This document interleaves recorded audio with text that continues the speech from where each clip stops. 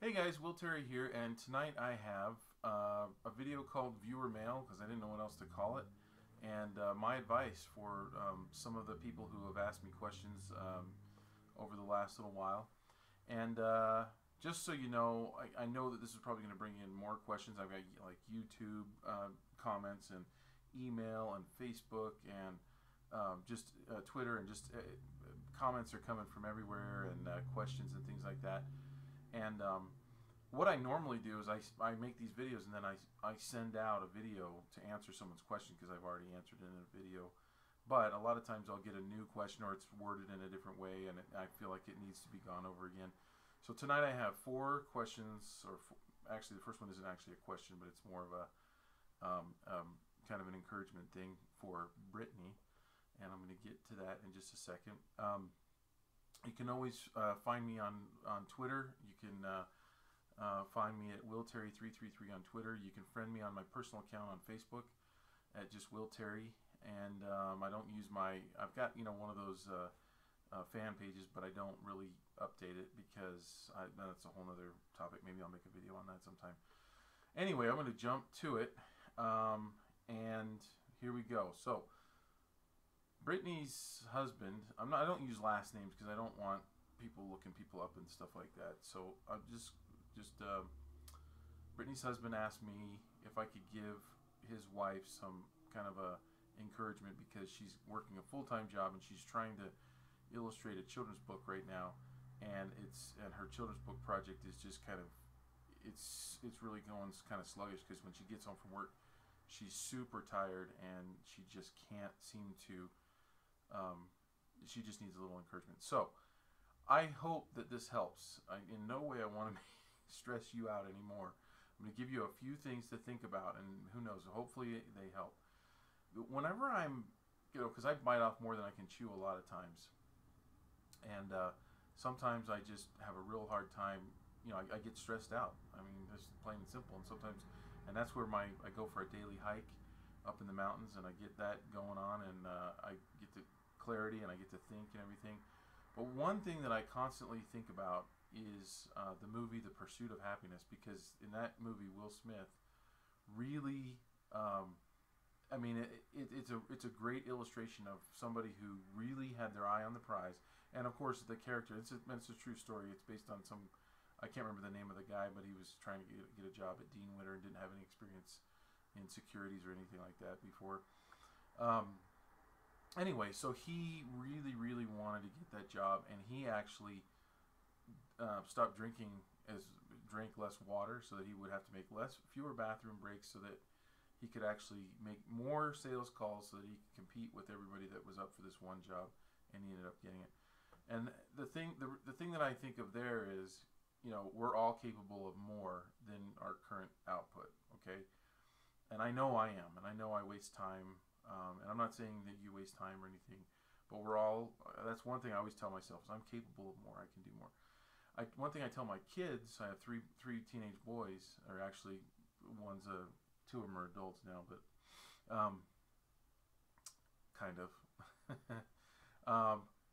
But I tell them whenever they say, "Well, I can't do this," or "That's too hard," or I don't know how to, I don't have the means to do this. I remind them that, in prison, there are prisoners who can get things done on the outside from prison. They can actually, I mean, this is bad, but they can have somebody killed on the outside of the prison, right? And they don't have a phone, they don't have a cell phone, they don't have a computer, they don't have a tablet, they don't have internet, they don't have any of that stuff.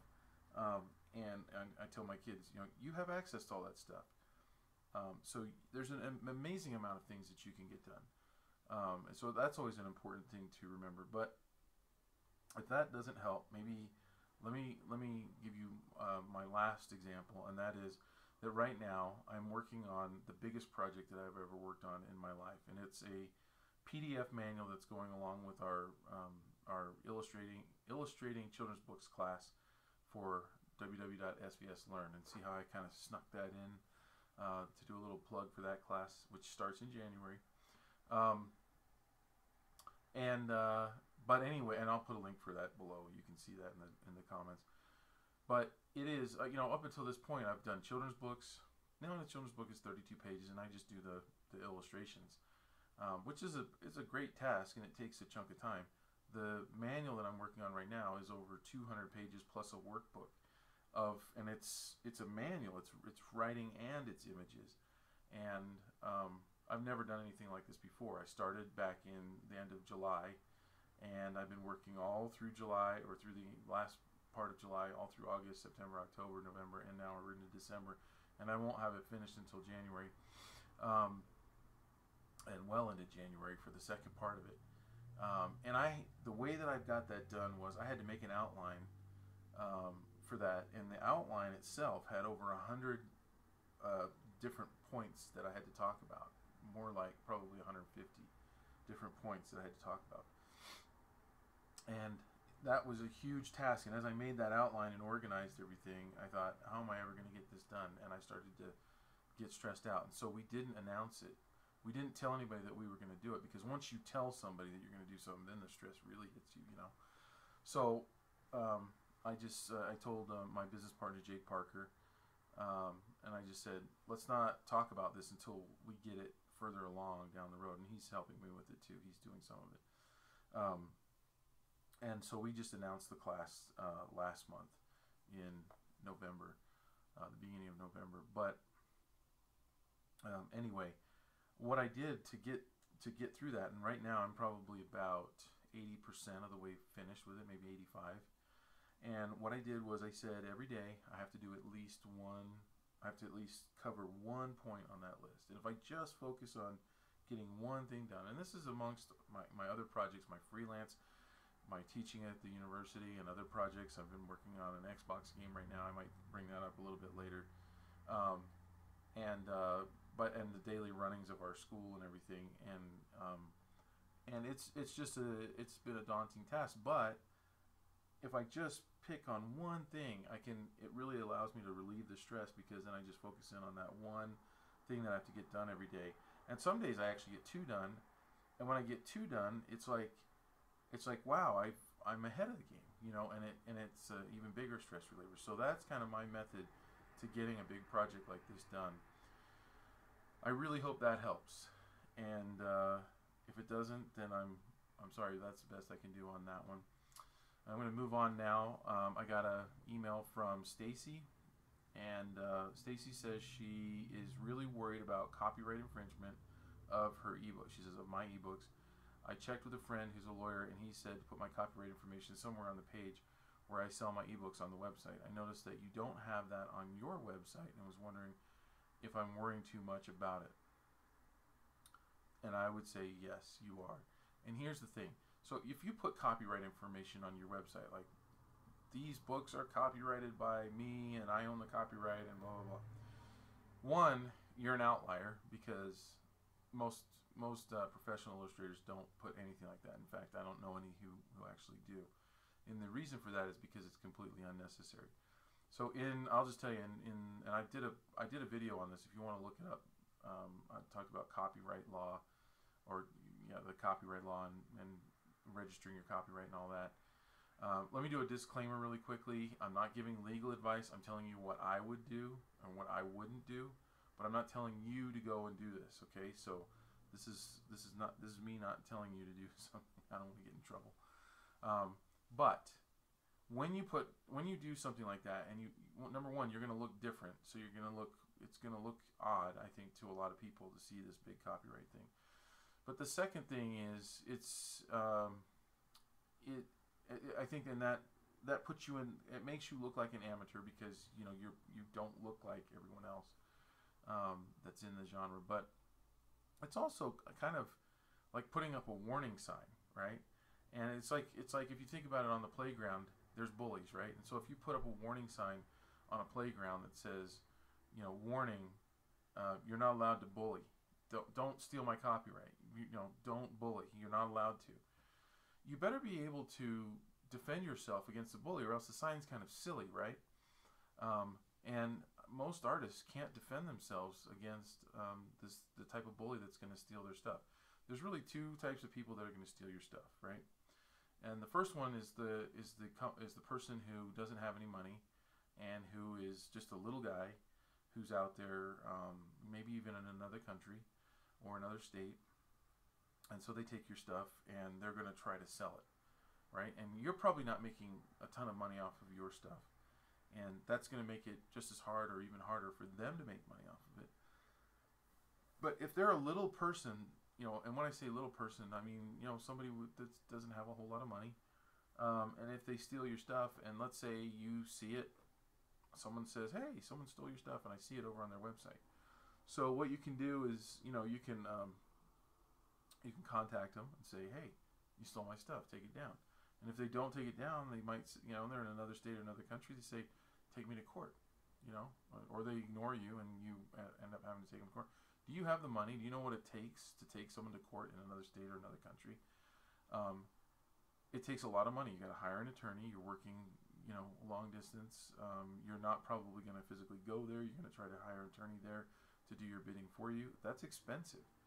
And then, let's say you win your case. Let's say you finally get your day in court, and you paid all this money, and the judge says, yep, they infringed upon your rights. You own the copyright. They took your copyright. They owe you damages. And let's say the judge says, you've been selling. Maybe you've sold $5,000 worth of your book or something, and in a year. And so maybe the judge says, yeah, so they stole your copyright, and now they owe you $5,000 also because they've been selling at the same time. So you were maybe damaged $5,000 because maybe you would have gotten all the sales that they got or something. I don't know how the judge figures it out. But let's say he gives you a piece of paper that says, yep, this person owes you $5,000. You just got to go collect from them. They don't pay you there in the court. You have to go and attach. You have to garnish their wages. That's expensive. I don't even know what the process is, but I've heard it's very difficult to do that and expensive. And you're not going to get all $5,000 back if you have to do that. You've got to pay other companies to do that. Let's say you want to put a lien on their house or something. Again, you've got to get other companies involved. They're going to get a percentage. You might get a percentage. But even then, if this is a little person, they can easily hide. Maybe their house isn't in their name. Maybe they don't. Maybe they just switch jobs, and you've spent the money to track them down at this job, and now they're switched and they're at another job, and now that garnishment doesn't even matter anymore. It's a can of worms, and it just seems really silly to go after somebody that doesn't have any money. The other type of person that might steal your stuff is someone with means.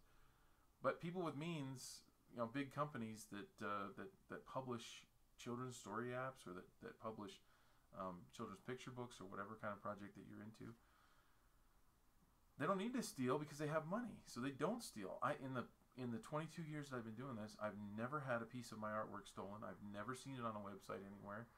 And there's people looking, and I do know people online, a few people who have had things stolen. And one person was in India, where someone was making T-shirts, and what kind of money are you going to get from somebody that's in India selling a few T-shirts? It's not going to happen. So I think that most artists just realize that it's kind of silly, and most people just don't even worry about it. Don't put that on their site. I'm not worried about it. Again, I don't know anybody personally who has even had anything stolen. And I know a lot of artists, and I've never had any of my artwork stolen in 22 years. I think it's kind of silly to really worry about that enough to put that on your website. Okay. Moving on, let's see, who do we have now? From Chris. And some of these letters actually are kind of old, because what I do is I copy them and I put them in a Word doc, and so I'm hoping that Chris sees this actually and is still watching these videos. But Chris had a good question, and it was basically he's wondering, he does. It's a long letter, so I don't want to read this whole thing, but it's basically he does more things that are more fine art oriented, such as landscapes, pet portraits, and even murals in churches. And then he also says he does sci-fi, fantasy related illustration, and so he has two different names.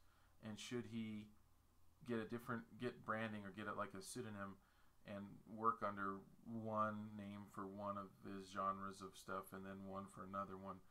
And a lot of people have done this, and personally I think that it is not a good idea, but I'm sure that you could find other people who would give you the opposite advice.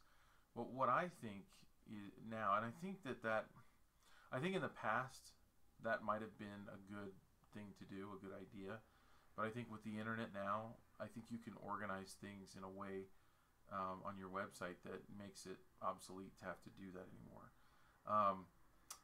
In the past, what you're really saying and what you really try to do is you don't want to confuse your clients and say,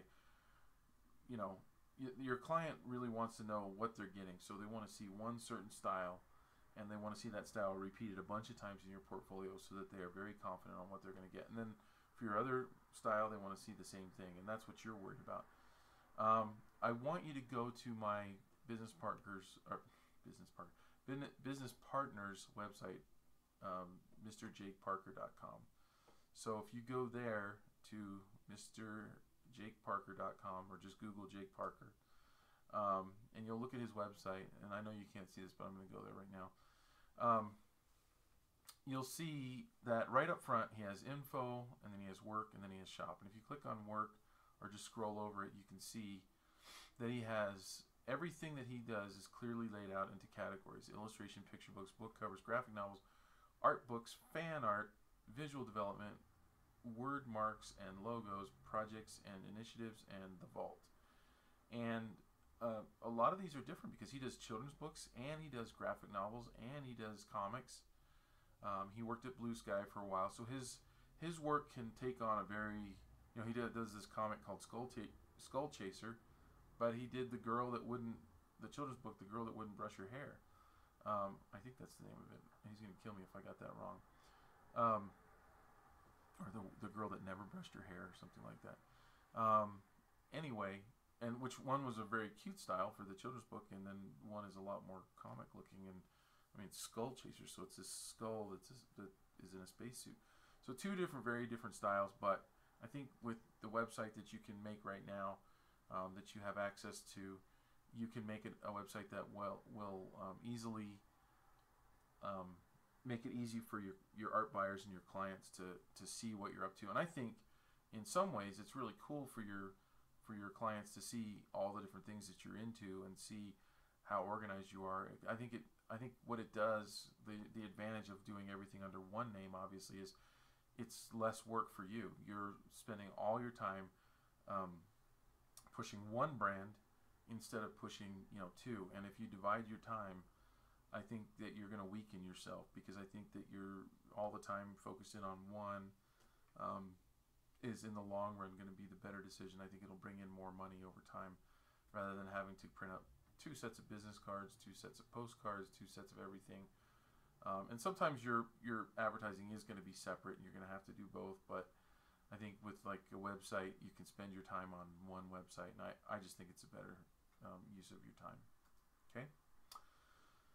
And then let's see, we're going to move to the last one, and this one is from Sarah, and Sarah is asking.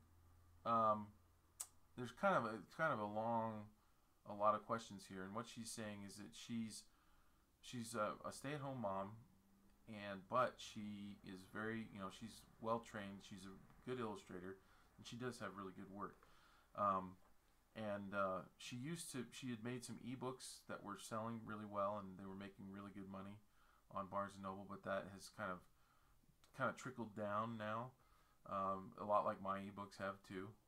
Have trickled way back down. I think with the I got in early when I did my little children's books ebooks, and they did really well, and they made a lot of money. They were well worth the time. I should do the calculations and be able to tell you how many.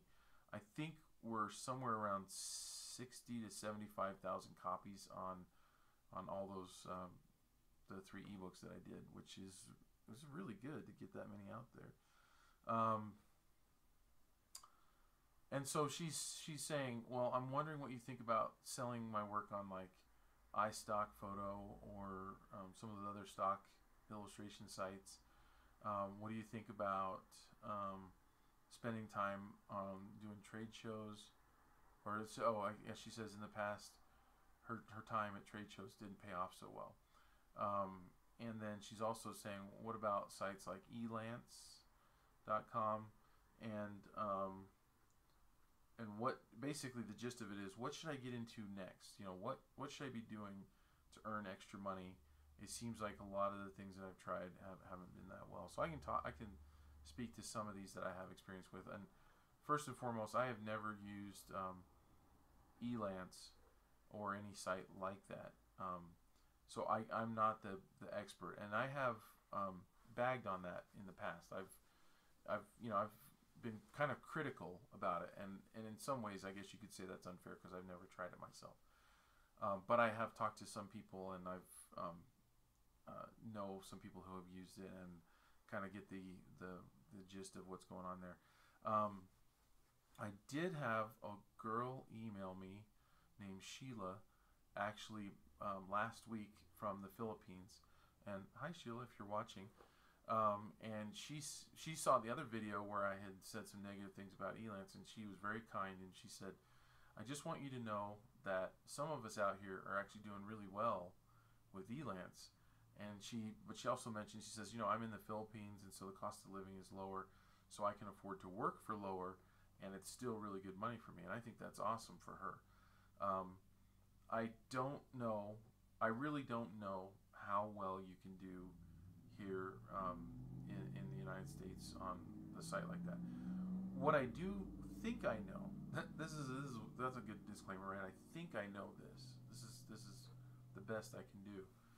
And if you've watched a lot of my videos in the past, you know that I'm a Seth Godin fan, and I really like a lot of the stuff that he writes and talks about. And in his book Linchpin, he talks a lot about the future, what it's going to look like, who's going to make money, who's going to suffer, why they're going to suffer, why they're going to make money, why they're going to thrive. And basically, I wish I had come up with this because it's a great analogy. But he makes a great point, and he says, if you are the type of person who wants a map to follow, you're going to make a lot less money than the person who is the map maker. Okay? And what he means by that is, if you are working in a job where there's a boss who tells you exactly what to do, who gives you all the equipment and the materials and the knowledge and the necessary instructions to know how to do that job, think Walmart, think Home Depot, think fast food, but also think what is the fast food of illustration? It's probably more like Elance, or probably, and again, this is just me postulating here and thinking, but what you're getting on a lot of sites like that, I think, is you're getting a client who has instructions and who says, this is what I want you to do. So they're your boss, and they're telling you what they want, and then you follow those instructions, and then you send the art off. One of the reasons why I say this is because since the internet has kind of come on, I've gotten a lot of inquiries where someone will say, a friend of mine told me that you're an illustrator, and I want you to illustrate my children's book. And so then, and this is, I would email them back or something, go, oh, where did you see my work? And they're like, oh, I've never seen your work. Do you have a website? And so immediately I know who I'm dealing with. I'm dealing with someone who doesn't care about my work. They just want an illustrator.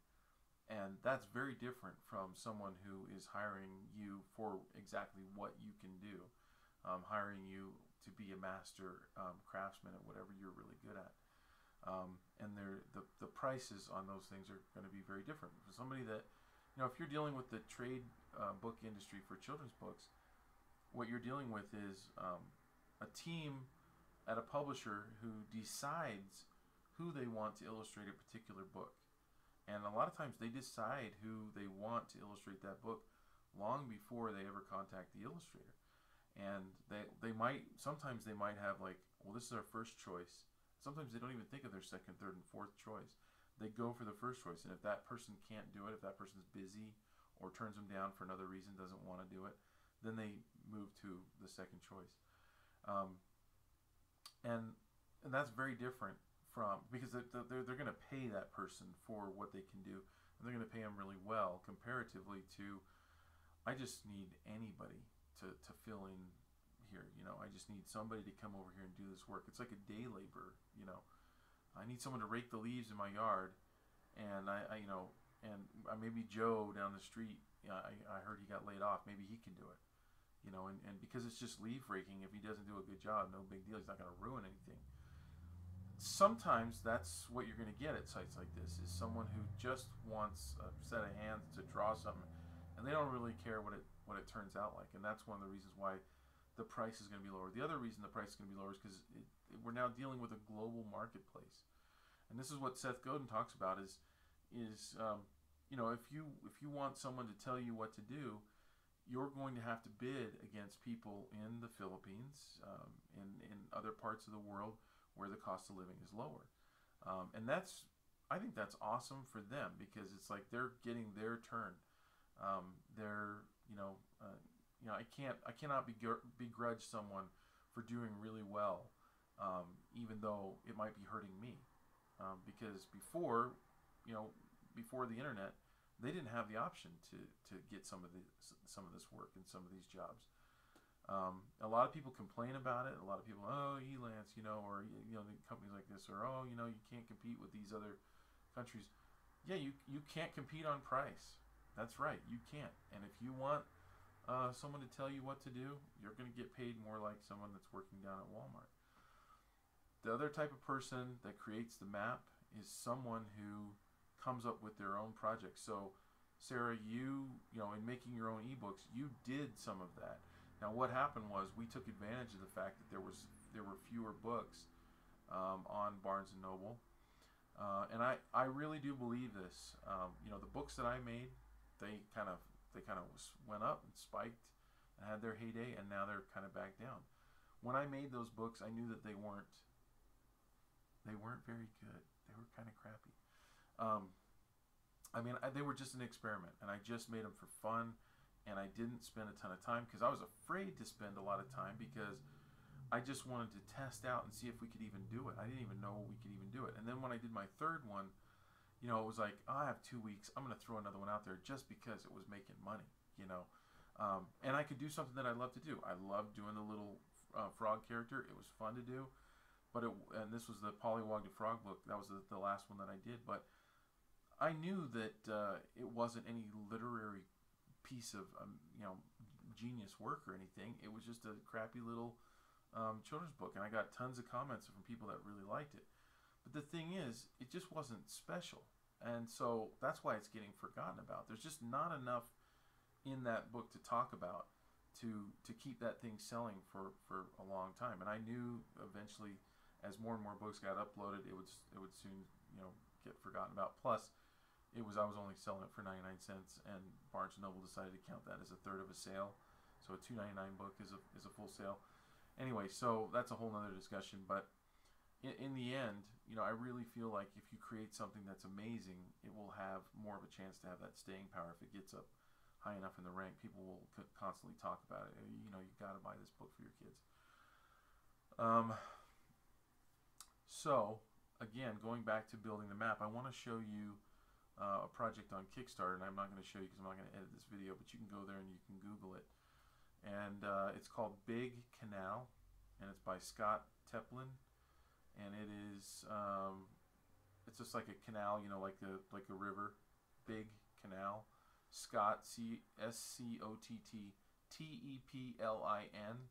Scott Teplin, on Kickstarter. And if you go there, he asked for $4,500 to do a print, an art print, and he got $50,000 to do his art print instead. And why did he do that? And that's because he did something a little bit different.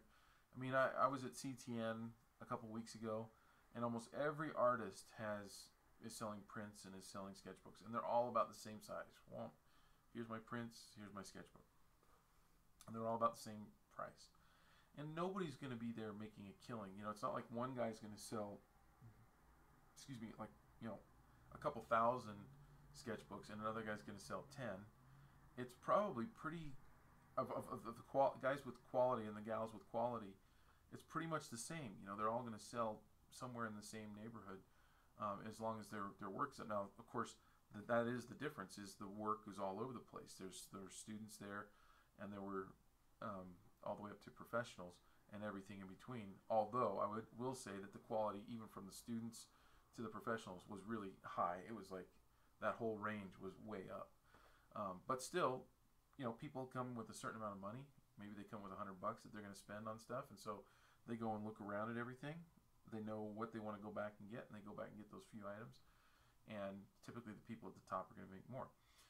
In this case, with this big print, I think what Scott did that was really smart was he made a big print. It's not just a regular size print. It's a huge wall poster print.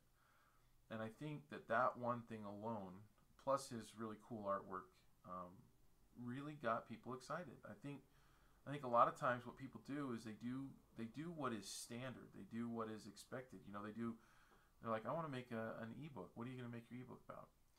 It's going to be an alphabet book. It's going to be a counting book. It's going to be, you know, shoot yourself in the head book. I mean, it's like everybody has seen an alphabet book before. Everybody's seen a counting book, you know, a numbers book, learn your numbers and stuff. And it's like you're not going to excite anybody. You know, when you tell somebody your idea and they go, yeah, okay, oh, that sounds really cool.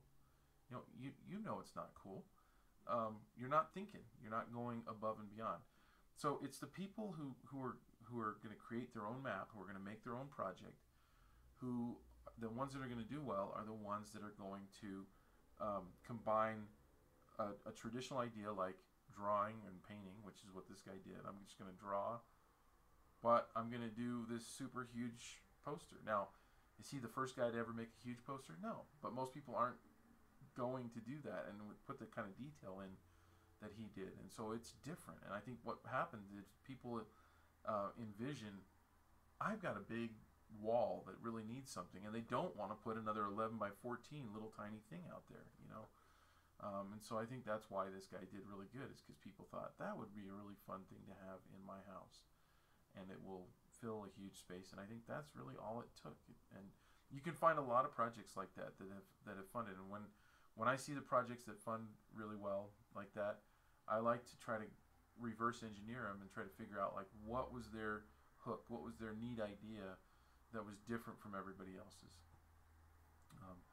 And I think that you know, you can say a lot of people bag on Kickstarter and go, oh, so your big idea for making money is Kickstarter. No, it's not. This is one small avenue. But I mean, the guy made this poster print, which, you know, if he worked on, might have taken him, I think if he was just working on this, he could probably get it done in a couple weeks, maybe even a month. But if he's making $50,000, even if he gets to keep half of that, that's a pretty darn good payday for a month's worth of work. You know, and I think that you know, too often we're too willing to go the easy route, which is to put your work out there on a site like Elance and say, you know, just kind of twiddle your thumbs and say, hire me, and wait for the phone to ring. When really, if you're willing to think outside the box and come up with something on your own that could completely fail, see, that's the thing. That's the difference. You got to be willing to fail, because it's those people who make the map that are going to end up making the most amount of money. I'm actually going to be making a video about this very subject. I believe next week or the week after that. It's a video that I've been writing actually for about the last 3 years, and it's probably one of the most important videos I'll make in a year, in this upcoming year. And so I kind of want to start off the year right with it. But along those lines, you know, I used to go, and we still do. We go backpacking up in the high Uintas here in Utah, and it's like clockwork. We go in and we fish for our dinner, you know, and so at the 5 mile, if you walk in 5 miles, you're going to find lakes and rivers that are really hard to fish in, because most people are willing to walk 5 miles. If you go in 10 miles, all of a sudden the fishing gets way better. There's fish biting your hook. And if you go in 15 miles, it's like the fish haven't ever seen a hook before, or a lure, and they're just clamoring to get on your hook. And that's really the same. Most people are not willing to walk 15 miles with their artwork.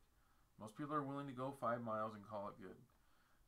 The hard effort, the emotional labor is dealing with that little voice that sits right here, this little guy that sits on your shoulder and is like, who do you think you're kidding? You know, you're not good enough for this. This is a stupid project. It's not going to fund, or you're not going to get people excited about it. People are going to wonder, why are you doing this? You're going to wonder, I could be spending this time watching TV, or I could spend this time, pulling my eyelashes out. Why am I even doing this? This is silly. And you've got to fight that guy off and basically flick him off your shoulder. The more successes that you have, the easier it is to tell him to shut up. I still get that when I start a new project, but everything builds. And Oprah did a really good video on this, or a show on this, and I don't remember when it was, but I saw it on YouTube. And what she was saying, I completely agree with.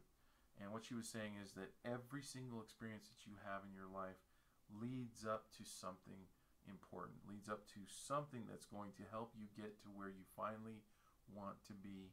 And that is, if you're constantly struggling, constantly striving, it doesn't matter if you make a wrong turn. It doesn't matter if this guy is right and you did a stupid thing. I've done so many stupid things. This is what I'm going to talk about in this next video. I'm going to talk about all my failures and all my successes, and what has worked and what hasn't worked, and what's led me up, and some of the things that have happened along the way. And I don't want to spoil it, but anyway, yeah, I really full on believe that. Just a little piece of that puzzle is, I started making video tutorials for my own website, and that led to wanting to do it better and to work on Folio Academy, which gave rise to svslearn.com, which is the big one that we're working on right now. And I couldn't have done the one that I'm working on now and worked on this children's book class if I hadn't started small on those others. So you've got to do projects, because over time, and then this is true for any entrepreneur, anybody who's created anything amazing in this life, that they can look back on. Look at the Steve Jobs of the world. He didn't start out making an iPhone. He started out making this little tiny thing that was called a computer that they didn't even know what it was, and it could make tones, and it could do little things, and it could add and subtract and multiply and divide, stuff like that. You've got to start out small, and you got to work your way up, and every little thing, even if it's a failure, is going to help you get to where you ultimately want to be, because you learn. Sometimes the failures are more important, way more important than the successes. Sometimes people that get early successes end up blowing their brains out later on, literally, when they realize that the best years of their life happened when they were a kid, or happened when they were a young adult, and it was a fluke, and they spent the rest of their life trying to get back there. Embrace your failures. Those things are going to help you more than anything else. I really hope this helps. I hope this helps some of you, and especially I hope that it helps the people that I talked about. If you do have questions, a lot of times I'm going to send you a video a link to a video that I've already done. Some of them on the comments that I get on YouTube, I don't answer those anymore, just because there's too many of them, and I can't keep on track of them. Sometimes I see really good comments that are like 2 or 3 months old, and I feel really bad that I didn't respond to them, but that's just the kind of the way that it is. My last thing I'm going to tell you, and hopefully I remember to end all of my future videos like this, is please do not subscribe to this channel unless you want to get more videos like this. And I'll see you next time.